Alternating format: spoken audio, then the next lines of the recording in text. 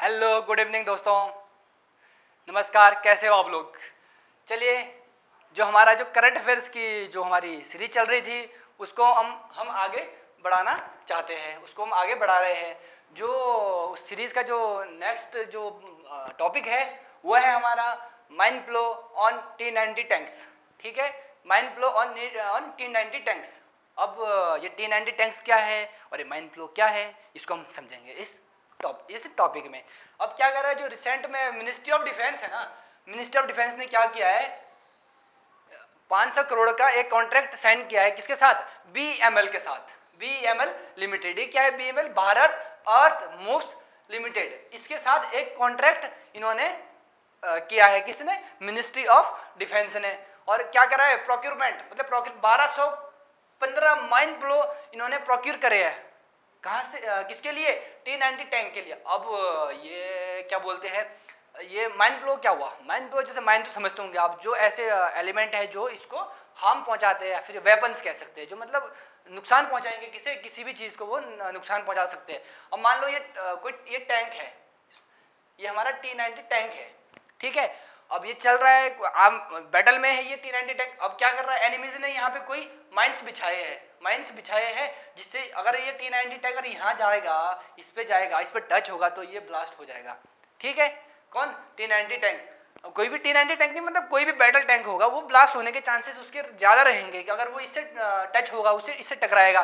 तो क्या कर रहा है कि जो मिनिस्टर ऑफ डिफेंस ने जो प्रोक्योर करा है BML से, क्या कर रहा है, माइंड फ्लो को प्रोक्योर करा है। और माइंड फ्लो क्या करेगा, आगे सफाई करता जाएगा, उसको क्लीन करता जाएगा, इस चीज़ को, इसको हटा देगा। वो जो आगे माइंस लगे होंगे उसको वो फ्लो साफ करेगा, क्लियर करेगा, उसके लिए रास्ता बनाएगा, जिससे ये सुरक्षित रह सके। कौन? T90 tank.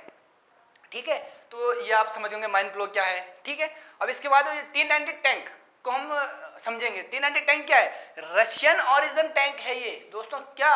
रशिया से हमने ये इसको लिया है, रशिया का ओरिजिन है, रशिया से इसका ओरिजिन हुआ है इस टैंक का। ठीक है, हमने वहाँ से इसको लिया है, हमारी इंडियन आर्मी ने इस टैंक को वहाँ से लिया है। और ये टैंक क्या है? बैटल टैंक है। ये इंडियन आर्मी का जो मेन बैटल टैंक है वो T90 टैंक है। ठीक है, तो ये हमने समझ लिया। इसके बाद इसने ये करंट इशू में क्यों बना है? ये करंट इशू इसलिए बना है क्योंकि ये इस टाइम इंडियन आर्मी ने डिप्लॉय करा है। डिप्लॉय कहाँ पे करा है? गलवान वैली में। जो इस टाइम हमारे जो कंसर्न चल रहा है हमारा, उनके साथ कंसर्न का जो सबसे बड़ा सब्जेक्ट इस टाइम वही चल रहा है, जो IR में इंडिया और चाइना के बीच जो रिलेशन आजकल थोड़े से खराब चल रहे हैं। तो इन्होंने इंडियन आर्मी ने कहाँ डिप्लॉय करा है? इसे गलवान वैली में इस टैंक को डिप्लॉय करा है। ठीक है, इसके बाद ये है हमारा T90 टैंक, आप देख सकते हो। इसके आगे क्या लगेंगे? इसके आगे माइंड फ्लो लगेंगे और ये आगे साफ करता जाएगा माइंड फ्लो, और पीछे से T90 टैंक चलता जाएगा। ठीक है, अब माइंड फ्लो तो आपको मैंने बता दिया कि माइंड फ्लो क्या करता है। ठीक है, अब BEML मैंने आपको बताया था क्या है। ठीक है, BEML एक क्या है? PSU है, पब्लिक सेक्टर अंडरटेकिंग है ये। ठीक है, तो इसको कब स्थापित हुआ था? ये हुआ था 1964 में, ये स्थापित हुआ था। अब मैं आपको एक चीज़ समझाना चाहता हूँ कि PSU होता क्या है। PSU वो चीज़ होती है जिसमें गवर्नमेंट का शेयर 50% से ज़्यादा होता है, 50% अबव। मान लो 51% किसी चीज़ में, किसी कंपनी में गवर्नमेंट का शेयर है, तो वो क्या हो गया? वो PSU कहलाएगा। क्या कहलाएगा? PSU कहलाएगा। जैसे ONGC है, ONGC में गवर्नमेंट के शेयर 50% से ज़्यादा है, तो इसलिए PSU कहलाता है। ठीक है, अब इसको मैंने आप बता दिया क्या है। 54% शेयर किसके है? इसमें इक्विटी किसकी है? BEML में गवर्नमेंट की है। और 46% किसकी है? पब्लिक एंड फाइनेंशियल इंस्टीट्यूट और फॉरेन इंस्टीट्यूट और क्या है? बैंक्स और एम्प्लॉय के इन्वेस्टमेंट। कितना? 54% किसके वो है इसमें शेयर? गवर्नमेंट के हैं। और 46% इसमें प्राइवेट कंपनीज के हैं, इन्वेस्टर के हैं, और कोई भी एम्प्लॉय हो सकता है उसके शेयर इसमें है। तो ये PSU कहलाया। ठीक है, PSU समझ होंगे आप। PSU को किस तरह से डिफाइन करेंगे मैंने आपको बता दिया है। अब इससे क्वेश्चन जनरेट होगा कैसे? अब क्वेश्चन जनरेट होगा कि T90 टैंक कहाँ से लिया गया है, कहाँ का ओरिजिन है, इसे कौन से देश से हमने प्रोक्योर करा है इस T90 टैंक को। तो हमारा जवाब होगा रशिया। ठीक है, तो इसको कहाँ से प्रोक्योर करा है हमने? रशिया से करा है। और ये है क्या? ये बैटल टैंक है ये। ठीक है, इसके बाद नेक्स्ट आगे। अब आपको ये बहुत अच्छा टॉपिक है ये भी, जो सेक्शन 153 है, section 153 in the representation of the people act 1951। अब एक ये भी कंसर्न का है, जो आजकल देखा होगा पेंडेमिक चल रहा है और बिहार में इलेक्शन, जो हमारे विधानसभा के इलेक्शन है बिहार में, वो होने जा रहे हैं अक्टूबर में। अक्टूबर की डेट है, इलेक्शन कमीशन ने अक्टूबर की डेट दी है। लेकिन अब क्या कर रहे हैं जो वहाँ के पॉलिटिशियन है, कहाँ के, बिहार के पॉलिटिशियन, लोग चाह रहे हैं कि इलेक्शन को थोड़ा सा पोस्टपोन किया जाए क्योंकि इतनी पैंडेमिक चल रही है। अब भाई चलो पोस्टपोन तो कर लेंगे, इसमें ऐसा कोई प्रोविज़न है, कहीं पे दिया है क्या कोई प्रोविज़न कि हमारे किसी सेक्शन में ये कोई, तो हमारे जो संविधान है कि ऐसा प्रोविज़न है कि इलेक्शन को क्या पोस्टपोन किया जा सके? हाँ ऐसा दिया है, बता रहा हूँ आपको मैं, इसमें जो हमारा ये टॉपिक है उसके उसमें आपको समझाना चाह रहा हूँ। जो मान लो जो इलेक्शन हमारा जैसे मान लो जैसे बिहार सरकार है या कोई भी गवर्नमेंट है और उसे जिसका कार्यकाल कितना साल का, 5 साल का उसका कार्यकाल होगा। ठीक, 5 साल का कार्यकाल होगा तो जो इलेक्शन कमीशन क्या करता है, इलेक्शन कमीशन की जिम्मेदारी रहती है, अकाउंटेबिलिटी रहती है कि वो इलेक्शन को 5 साल से पहले 6 महीने के अंदर अंदर उसको ख़त्म करे, इलेक्शन को इलेक्शन करवाए किसी भी तरह से। ठीक है, जो इलेक्शन कमीशन कहता है, जो हमारी धारा 153 कहती है, धारा 153 क्या कहती है कि इलेक्शन भाई तुम जैसे मान लो आज क्या है डेट, आज 27 जुलाई है, 27 जुलाई है, मान लो 27 जुलाई को कार्यकाल खत्म हो रहा है किसी सरकार का, तो उससे 27 जुलाई से पहले कहाँ तक, 27 जनवरी से 27 जुलाई के बीच में कभी भी इलेक्शन कमीशन को इलेक्शन कंडक्ट करवाने होंगे किसी भी हालत में। ये कौन कहता है, धारा 153 ये कहता है कि इलेक्शन कमीशन को 6 महीने के भीतर भीतर, कार्यकाल के 6 महीने के भीतर, कार्यकाल के 6 महीने के बाद नहीं दोस्तों, कार्यकाल के 6 महीने के भीतर क्या कराना है उन्हें, इलेक्शन कंप्लीट कराने हैं। अब ये तो अब क्या आज की डेट में कंसर्न का विषय, चिंता है इनको, किसको, पॉलिटिशियन को, भाई पेंडेमिक चल रहा है, हम कैसे इसको 6 महीने में करवाए, क्योंकि अक्टूबर में तो डेट है इनकी, अक्टूबर तक तो पेंडेमिक की जिस तरह से हालत हो रही है, इंक्रीज हो रहा है, स्प्रेड हो रहा है कोविड-19, तो इस तरह से लगता नहीं कि मतलब अक्टूबर तक क्या इलेक्शन कंडक्ट करवाए जा सके। अब फिर इलेक्शन कमीशन कौन से आर्टिकल में है, इलेक्शन कमीशन आर्टिकल 324 में है, 324 अनुच्छेद 324 में इलेक्शन कमीशन क्या कहता है कि भाई अगर तुम्हें इलेक्शन पोस्टपोन करवाने हैं तो एक सिचुएशन है, एक कंडीशन है, एक रास्ता मैं बता सकता हूँ, इलेक्शन कमीशन कहता है, ये इलेक्शन कमीशन कहता है कि भाई तुम जो वहाँ के क्या बोलते हैं राष्ट्र, हमारे जो प्रेसिडेंट, तुम चलो अपने आप जो विधानसभा है तुम वहाँ से वो एक दस्तावेज, मतलब जो भी है बिल पास करवा के, जो भी है मतलब एक प्रोसेस होगा, वो आपस में ये लोग बात करेंगे, जो बिहार के पॉलिटिशियन है वो आपस में बातचीत करेंगे, तो बोलेंगे तुम प्रेसिडेंट से अप्रूवल ले लो, कि अप्रूवल ले लो मतलब कि हम 6 महीने के अंदर अंदर इलेक्शन कंडक्ट नहीं करवा सकते। इलेक्शन कमीशन कहता है कि भाई जो तुम पार्टी लोग, जो तुम पॉलिटिशियन हो, तुम आपस में वो कर लो, डिस्कस कर लो, तो कि हम 6 महीने में अपना इलेक्शन वो नहीं करा सकते, क्या कंप्लीट नहीं करा सकते, तो फिर प्रेसिडेंट उसके अगर अप्रूवल देगा, प्रेसिडेंट के सहायता से कौन, गवर्नमेंट, भारत सरकार अगर उसे अप्रूवल देगी, चलो भाई अब पेंडेमिक है तो हम 6 महीने में इलेक्शन कंडक्ट नहीं करवा सकते, तो इलेक्शन का जो इलेक्शन कंडक्ट करवाने का टाइम पीरियड इंक्रीज हो सकता है। इस पूरे आर्टिकल में सेम यही लिखा गया है, तो मैं आपको इस चीज़ के बारे में बताना नहीं चाहूँगा, मतलब यहाँ से मैं आपको कुछ भी बताऊँगा नहीं कि क्या लिखा हुआ क्या नहीं लिखा हुआ इसमें, लेकिन मैंने आपको पूरा बता दिया है, जो पूरा प्रोसेस है इसमें वो मैंने आपको बता दिया है। आप चाहो तो इसे स्क्रीनशॉट लेकर या फिर आपको मैं PDF प्रोवाइड करवा लूँगा, उसको आप ले सकते हो, इसमें पढ़ सकते हो इसको देख के, ठीक है। तो इसमें पूरा यही लिखा गया है। अब जो हमारा नेक्स्ट टॉपिक है वो है हमारा चंद्रशेखर आज़ाद। चंद्रशेखर आज़ाद क्यों रिसेंट में न्यूज़ में रहे, क्योंकि इनकी बर्थ एनिवर्सरी थी कब, 23 जुलाई को, 23 जुलाई को इनकी बर्थ एनिवर्सरी थी, किसकी, चंद्रशेखर आज़ाद की। और ये क्या थे, एक फ्रीडम फाइटर थे, ये रिवॉल्यूशनरी थे, क्रांतिकारी थे ये, ठीक है। तो ये फ्रीडम फाइटर थे, तो इनकी डेट बर्थ एनिवर्सरी रिलेवेंट होती है हमारे लिए। अब इनके बारे में कुछ जानते हैं। HRA, Hindustan Republican association, HRA ये क्या है, एक रिवॉल्यूशनरी ऑर्गेनाइजेशन था ये ऑफ इंडिया का। कब स्थापित हुआ था ये हुआ था 1924 को, ठीक है, इसको ध्यान देना, 1924 को ये स्थापित हुआ था। और ये क्या था, एक क्रांतिकारी ऑर्गेनाइजेशन था ये। और ये कहाँ पे हुआ, ईस्ट बंगाल में। किसके द्वारा ये ऑर्गेनाइजेशन स्थापित किया गया, ये स्थापित किया गया किसके द्वारा, सचिंद्र नाथ सन्याल, नरेंद्र मोहन सेन, प्रतुल गांगुली, के सहायता से ये ऑर्गेनाइजेशन स्थापित किया गया। और ये किसका पार्ट था, ये मतलब किसको टूट के बना था, ये टूट के बना था अभी अनुशीलन समिति। अब आपको कमेंट बॉक्स में लिख के बताना है कि अनुशीलन समिति कब स्थापित हुई थी। ठीक है दोस्तों, आपको कमेंट बॉक्स में लिख के बताना है कि अनुशीलन समिति कब स्थापित हुई थी। ठीक है, तो किसने इसको स्टैब्लिश किया था, 1924 में इन लोगों ने इसको स्टैब्लिश किया था। कहाँ पे, ईस्ट बंगाल में करा था। ठीक है, तो ये है किसका ऑफशूट था, ये किसका पार्ट था, ये किससे टूट के बना था, अनुशीलन समिति से ये टूट के बना था। ठीक है, इसके बाद हम नेक्स्ट स्लाइड में चलते हैं। अब इसके मेंबर्स कौन थे, इसके थे हमारे भगत सिंह, चंद्रशेखर आजाद, किसके अनुशीलन समिति के, और सुखदेव, राम प्रसाद बिस्मिल, रोशन सिंह और अशफाकुल्ला खां, राजेंद्र लाहिरी, किसके मेंबर थे, ये अनुशीलन समिति के। ठीक है, अब एक चीज़ और बताना चाहूँगा आपको मैं, आप कोई भी डॉक्यूमेंट्री मूवी देखा करो, जैसे भगत सिंह की मूवी है, उस पर अगर आप देखोगे तो आप शायद ये आई थिंक ये पूरा आप समझ जाओगे मेरे आइडिया से। तो मैं तो काफ़ी कुछ समझाऊँ उस मूवी से, लेकिन अगर आप उस मूवी को देखना चाहोगे तो देख सकते हो। तो जो डॉक्यूमेंट्री में बनी है भगत सिंह के, उस मूवी को अगर आप देखोगे तो आप उससे बहुत कुछ समझ जाओगे। ठीक है, तो ये किसके मेंबर थे, ये हमारे अनुशीलन समिति के। कौन कौन, भगत सिंह, चंद्रशेखर आजाद, सुखदेव और राम प्रसाद बिस्मिल, रोशन सिंह और अशफाकुल्ला खां, राजेंद्र लाहिड़ी।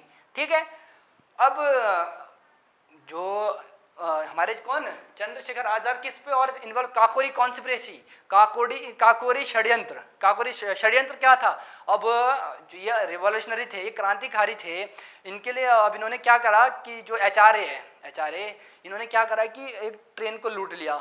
ठीक है, लखनऊ के पास में पड़ता है काकोरी, उन्होंने ट्रेन को लूटा। लूटने का मकसद क्या था, रिवॉल्यूशनरी जो हमारे क्रांतिकारी मूवमेंट था इसको बढ़ावा देना।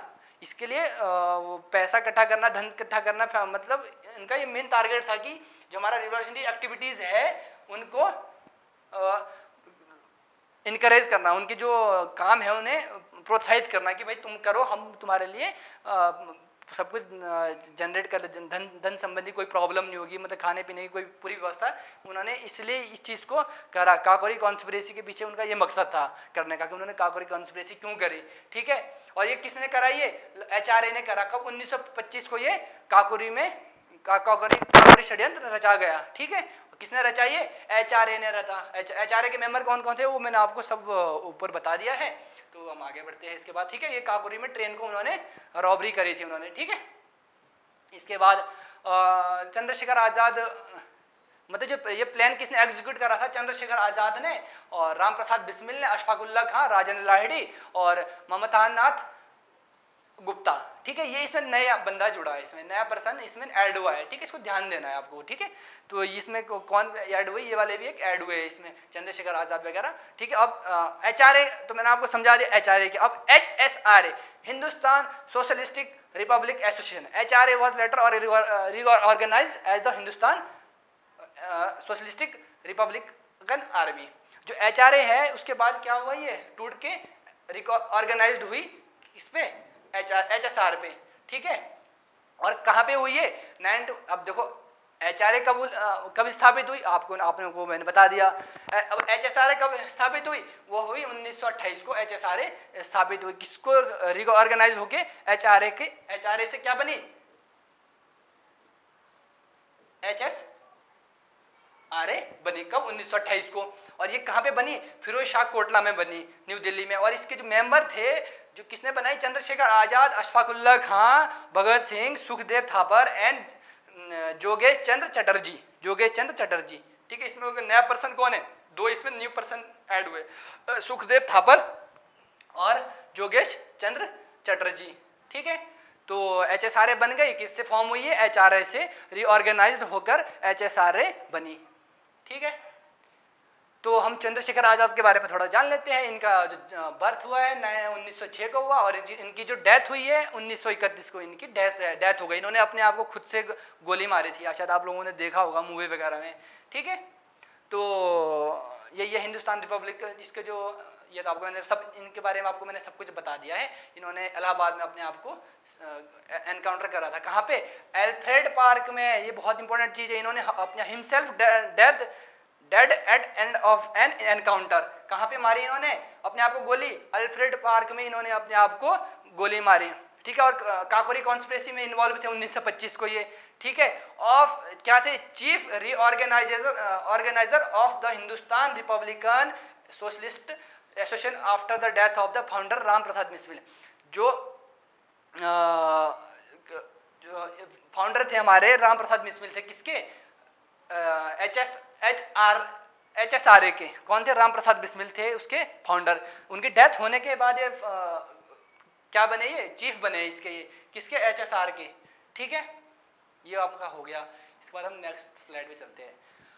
अब ये भी बहुत अच्छा इशू है, बहुत करंट का बहुत अच्छा टॉपिक है। इसके बारे में हर जगह पूछा जा सकता है, जो बहुत रिलेवेंट इशू है इस आज की डेट में। कौन सा? Permanent commission of for women in army, permanent commission for women in army. अब इसमें क्या था कि आज तक तो परमानेंट कमीशन था नहीं वुमेन के लिए, नहीं था ना आज तक। आजकल सिर्फ SSC था, शॉर्ट सर्विस कमीशन। क्या था अभी तक? SSC, शॉर्ट सर्विस कमीशन में सिर्फ वुमेन आर्मी को ज्वाइन कर सकते थे। लेकिन अब क्या हो गया? अब गवर्नमेंट ने क्या कर दिया इन्हें, गवर्नमेंट ने क्या, जो सुप्रीम कोर्ट का वर्डिक्ट आया अभी फिलहाल में, उन्होंने क्या करा है? उन्होंने क्या कहा है कि जो वुमेन है वो परमानेंट कमीशन को ज्वाइन कर सकती है इंडियन आर्मी में, ठीक है। आपको बताना है अब कमेंट बॉक्स में कमेंट करके कि एयरफोर्स में कब से परमानेंट कमीशन लागू हुआ, ठीक है, इम्प्लीमेंट हुआ है, ठीक है, आपको बताना है। अब तो इंडियन आर्मी में तो फिलहाल अभी हुआ है ये चीज़, ठीक है। अब इसका बैकग्राउंड तो आपको पता ही होगा शायद, फिर मैं भी बता देता हूँ आपको। SSC है ये शॉर्ट सर्विस कमीशन, ये 10 साल के लिए होता था ये, ठीक है। जो शॉर्ट सर्विस कमीशन है 10 से 14 साल के बीच में होता था ये। जो शॉर्ट सर्विस कमीशन है जिसका जो टाइम पीरियड होता था वुमेन के लिए 10 से 14 साल के बीच में इन्हें रिटायर होना जरूरी था। 10 से 14 साल से ज़्यादा ये सर्विस इंडियन आर्मी में नहीं दे सकते थे। लेकिन अब ऐसा नहीं, अब क्या है, अब रिटायरमेंट तक ये जॉब कर सकते हैं जब इन तक इनकी इच्छा है। जो प्रोविज़न मेल के लिए है इंडियन आर्मी में, सेम प्रोविज़न लगभग 80 से 90% प्रोविज़न सेम उनके लिए, किसके लिए? वुमेन के लिए इंडियन आर्मी में हो चुके हैं आज की डेट में, ठीक है। तो ये आपको मैंने बता दिया है। और अब सुप्रीम कोर्ट का जो वर्डिक्ट आया है, वो सुप्रीम कोर्ट के वर्डिक्ट में यही आया है कि भाई नहीं, अब इन्हें शॉर्ट सर्विस कमीशन से हटा के क्या शॉर्ट सर्विस कमीशन कर सकते हैं, इनकी इच्छा है, लेकिन उससे ऊपर भी जा सकते हैं, इनका प्रमोशन हो सकता है। अब क्या होता था SSC में, क्या होता था, इन्हें पेंशन नहीं मिलते थे। अब SSC से जो रिटायरमेंट होता है, कोई बंदा, कोई भी जो ऑफिसर है, रिटायरमेंट अगर वो SSC के थ्रू होगा तो उससे पेंशन का कोई प्रोविज़न नहीं था। लेकिन अब क्या है, परमानेंट कमीशन हो गया तो इन्हें पेंशन भी मिलेगा और रिटायर लंबा, और इनका प्रमोशन भी होगा तो ऑफिसर रैंक आगे तक ही जा सकते हैं, ठीक है, वुमेन, ठीक। अब आपको ये बताना है कि सबसे पहले कौन सी कंट्री में परमानेंट कमीशन लागू हुआ और USA में कब हुआ ये परमानेंट कमीशन। आपको ये सब कमेंट बॉक्स में करके बताना है कि कमेंट बॉक्स में कमेंट करके बताना है कि आपको USA में कब परमानेंट कमीशन लागू हुआ और सबसे पहले कौन सी कंट्री में परमानेंट कमीशन लागू हुआ। ये आपको ये कमेंट बॉक्स में कमेंट करके बताना है, ठीक है। तो आपको ये मैंने बता दिया है और ये आपको मैंने सब कुछ बता दिया है। अब इसके बाद आगे ये आपको मैंने बता दिया। अब इसमें जहां, अब ये सबसे इंपॉर्टेंट बात है कि वुमेन कहाँ पे अलाउड नहीं है अभी भी इंडियन आर्मी में।